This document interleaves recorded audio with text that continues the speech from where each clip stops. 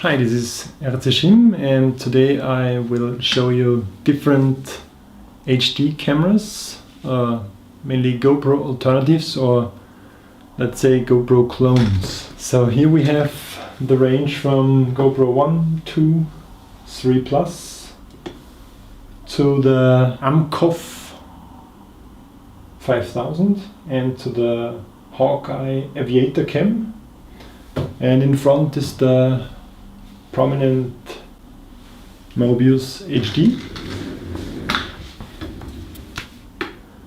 It's very popular because it's so small and has such a low profile from, if you view it from the front. This is the smallest and lightest of all of them, and yeah, we see how it compares to the bigger ones. This is the Hawkeye Aviator cam, about the same size or exactly the same size like a GoPro 3.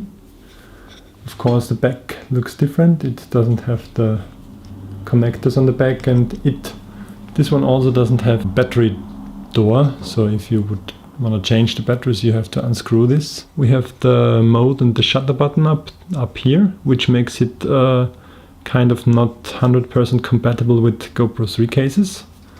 And yeah, this is one downside, if you ask me, the power on switch is a slider. If you go up, it's PAL standard, and if you go down, it's NTSC. And I think this is just for the TV out, for the live out.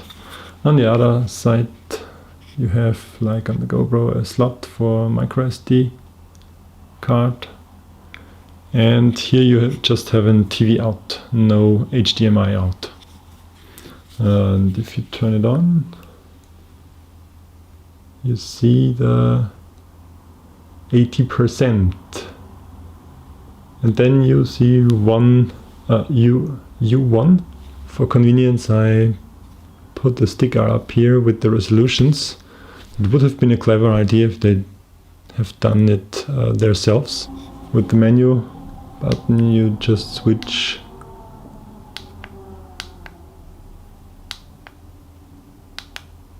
through the modes, which is a bit slow. Time-lapse modes. U1 is full HD and 30 frames, which is my preferred resolution here. This one has a medium field of view. I give you the infos in the description below. This may be an issue, it's not as wide angle as the GoPro is. If you're in wide FOV mode, may lead to shaky videos. But also it leads to, most of the times or often, if I fly with the GoPro 3, I use the medium FOV mode because it has less horizontal distortion or barrel distortion. It just looks better, but you have a narrower field. So it's, yeah, you just have not so many options here. I will have to see if the 720p 60 mode is in more wide angle. I don't know at the moment.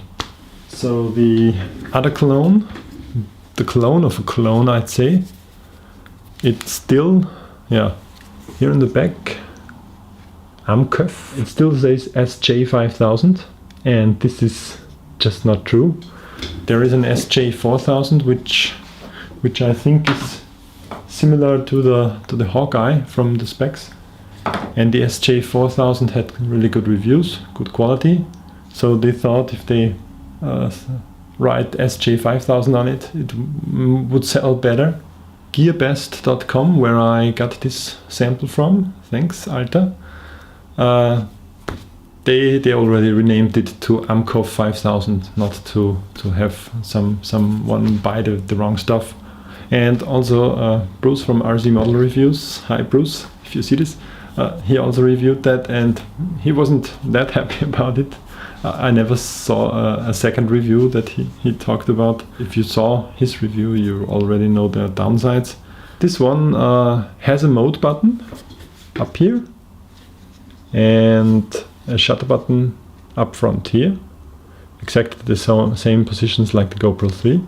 It even has the Wi-Fi button here, so that makes it 100% compatible with the standard or with the GoPro 3 case. So that's fine. And also this one comes with a GoPro 3-like case. It actually, I couldn't tell the difference. Yeah, you can tell the difference, that the black closing mechanisms look like the ones from the older models. But yeah, same dimensions, same screws, looks like a very decent clone. So with this you get an extra accessory for your GoPro. That's cool. The battery in the back is the same dimensions, the same specs like a GoPro 3 battery, but it has the power connectors on the other side, so you can't use this for GoPro 3 or the other way around. Like I said, this has Wi-Fi built in, which may be a reason you buy this instead of the Hawkeye. But the problem with this here is you need Wi-Fi to change modes, and I don't think that's a really smart idea. With the mode button up here you can just switch between filming and taking a picture, but if you want to film 720 60 frames instead of Full HD 30 frames, then you have to fire up your Android or iPhone and connect to this thing over Wi-Fi. It's just not a good idea. Not very convenient. What is convenient and what I liked about it is the Wi-Fi anyways. So I just powered it up. Now with the small press here the green button comes. So now it's in Wi-Fi mode. Now I go to my Android and see that I connect to this IDVA something. Connect. It's connected quickly. And then there is the AMK iCam app. And if you see now how fast it connects, yeah. And this is the good thing. Here now with my little finger you see the lag. It's maybe 100 milliseconds or so. So that's real. So the Wi-Fi speed really is great. Also the range isn't bad. I didn't do a full range check, but 30 meter were no problem in the outside. So you could see this a good and cheap alternative to Phantom Vision. You could mount this on a Phantom and just have this Wi-Fi app mounted on your radio and have an easy Wi-Fi downlink solution, which is on the same band like your radio. That could be an issue, but as I said, the lag is really not much here compared to the GoPro, where earlier it was about 3 seconds of buffering. You could fly with 3 seconds, but this with a few 100 milliseconds, it could be okay. So that's about one of the advantages of the AMK. To the app itself, I'm a bit disappointed that it doesn't have much to set up here. It has 30 frames Full HD, HD ready and HD ready with 60 frames. You can change the minutes, it clips the movies. And you can do white balance, light frequency, date stamp, format reset, and see some stuff here. Here you have the signal quality from your Wi-Fi, battery life, white balance. Yeah, and you can zoom in. The digital zoom is a nice option. You can change to photo mode or to filming mode. And you can view the recordings on it, and you can download the recordings from the cam via Wi-Fi which, yeah. To battery life, I forgot it, but I measured it, so here's the numbers. So last of the three GoPro alternatives is the Mobius. I think I don't really need much to say about this because it's already well known. It's 40 grams. See, this is 65 grams. This is close to the GoPro, which is about 100 grams. So this is the lightest. I got it with the wide angle lens, which I like. It has, yeah, it also has the micro SD card and USB port. There is a live out. I didn't test it already. Kind of, I don't like live out solutions anymore. I rather use a dedicated FPV cam because it has more reaction, faster reaction times and better light handling maybe. Video button, mode button and power on. And the nice thing about the Mobius is you can use the USB and a little Windows program to set up this thing to your likings. I set it up, you can define the two different modes, which it displays with different LED lights. I configured it that it does power on recording. So if I hit the power knob, yeah, it takes about 5 seconds to start, and then if the orange LED blinks, it films in my standard 1080p 30 frames or so. Yeah, now it ends the recording and turned off. So that's really nice. Also, I'm not sure about the max battery life. It's around 1.5 hours, so that's okay. The ways to mount it are really easy. Most of the times I've just laid on a gale pad and use a rubber band to softly fix it to the copter, not to have vibrations. So enough of this talking. Just take a look at how the pictures compare. On my way to work, I mounted all of them on the same plastic thing, and so I could film the same. I set all of them to 1080p 30 frames. Just the Hawkeye has medium FOV, all the others have wide FOV, so you will see 3 wide angle versions and a medium FOV version.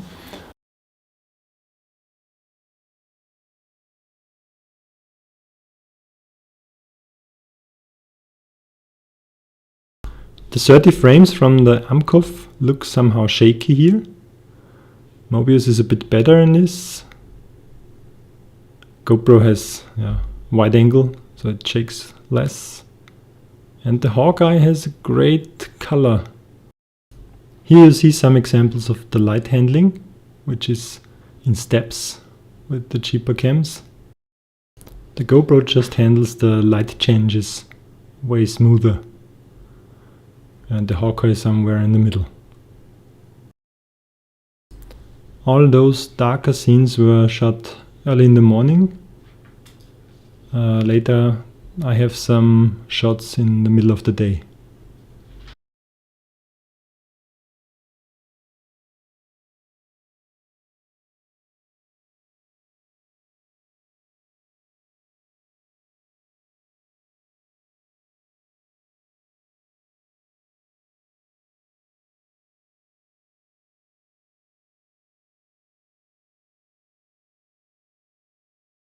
Sometimes the Mobius is too dark for me, but maybe I said it wrong.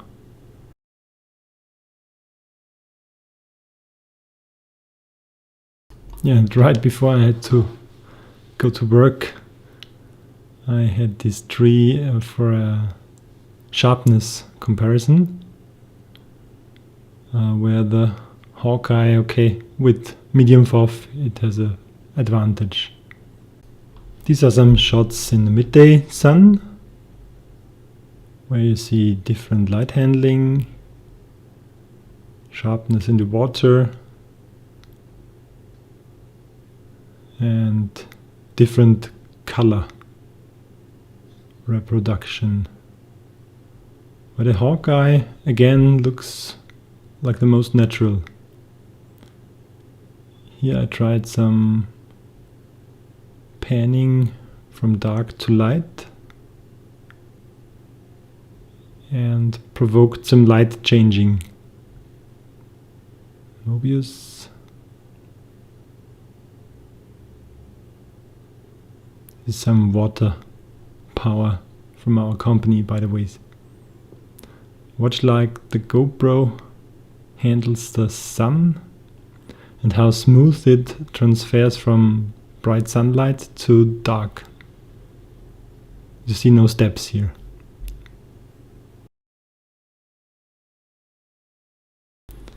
But even the Hawkeye shows you the light changing steps.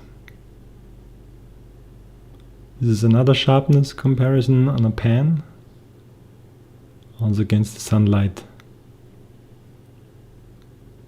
Quite happy with the Mobius here. Oh yeah, and here the GoPro was set to medium FOV to match better the Hawkeye setting. So here the Hawkeye looks a bit too bluish, maybe.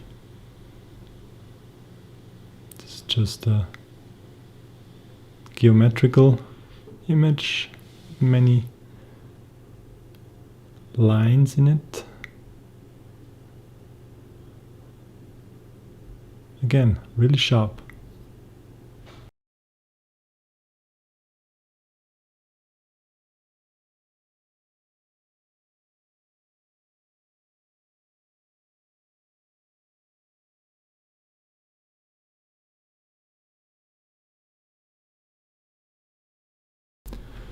And as the last example, this is the low light handling of the cams, where the Amkov really has its problems. Mobius maybe a bit too dark, but it switches smoothly.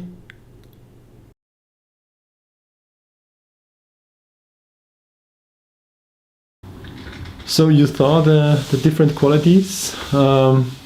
As you probably have seen yourself, the Amkov performs the least, gives you the least quality.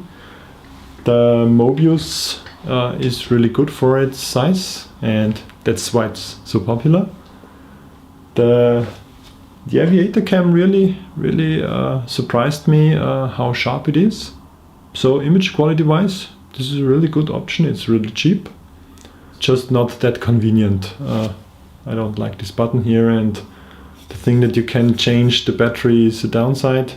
On the other side, they give you this back, this little back where you can power it from your flying system. So this could be enough.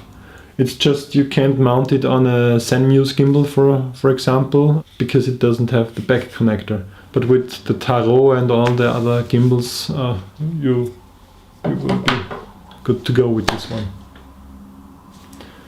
The GoPro 3 itself, 3 Plus here, yeah, it has great light handling. I don't have to tell you how great this is. It's of course the best performer here, expensive in comparison to the others. Although now with the GoPro 4 coming out, this 3 Plus will get really cheap. I didn't see the GoPro 3 Black on their homepage anymore, so they don't list it, because the 3 Black is almost the same as the 4 Plus Silver. It's confusing, but yeah, I still like this. I get it 1 month before the 4 came out, so I don't want to buy the GoPro 4 at the moment. And the GoPro 4, I don't know if you guys read this or heard this, the GoPro 4 will not work standard on this Zenmuse 2D gimbal, because the GoPro 4 has other weight distribution, or is it heavier, I don't know, but it will be unbalanced, which is not a good thing on the gimbal. So watch out. GoPro 3 Plus and Zenmuse 2D. Maybe you need the really new Zenmuse gimbal, which might come out. Okay, so thanks for watching this review. Tell me what you think. What other cams do you use? Maybe there is a really good... The real SJ5000 should be out by now. It was announced for end of November. So the real SJ5000 has Wi-Fi, and I think it has 1080p 60 frames, which is really a GoPro 3 alternative. Thanks for watching. Bye.